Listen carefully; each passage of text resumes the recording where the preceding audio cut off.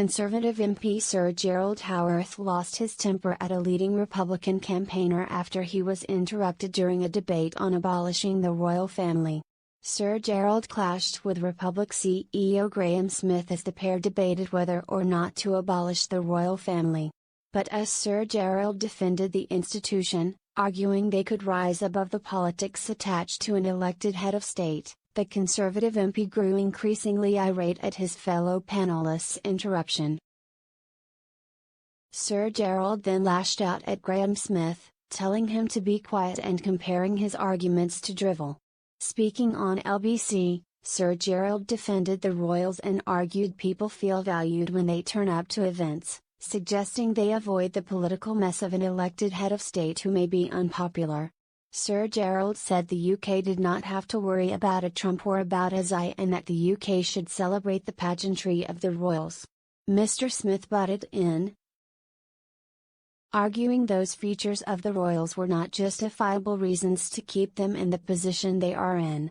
He added how democracies across the world are stable without a monarchy and used Ireland as a good example of an elected head of state, Michael D. Higgins, who is popular.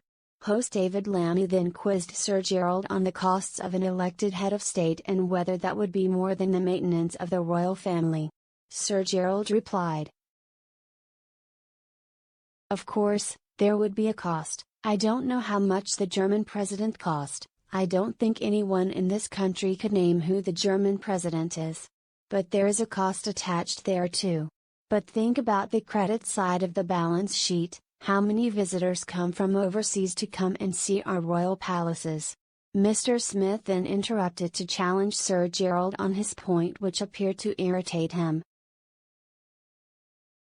As the Mr. Smith called Sir Gerald's argument a red herring, the Tory MP replied, "Be quiet, will you? I didn't interrupt you, Mr. Smith, don't interrupt me. I let him carry on because he is speaking such drivel." Mr. Smith also claimed the true cost of the royal family is much higher than reported due to some unrecorded costs. One of the main ways the royal family receives money is through the sovereign grant, which is funded by the taxpayer.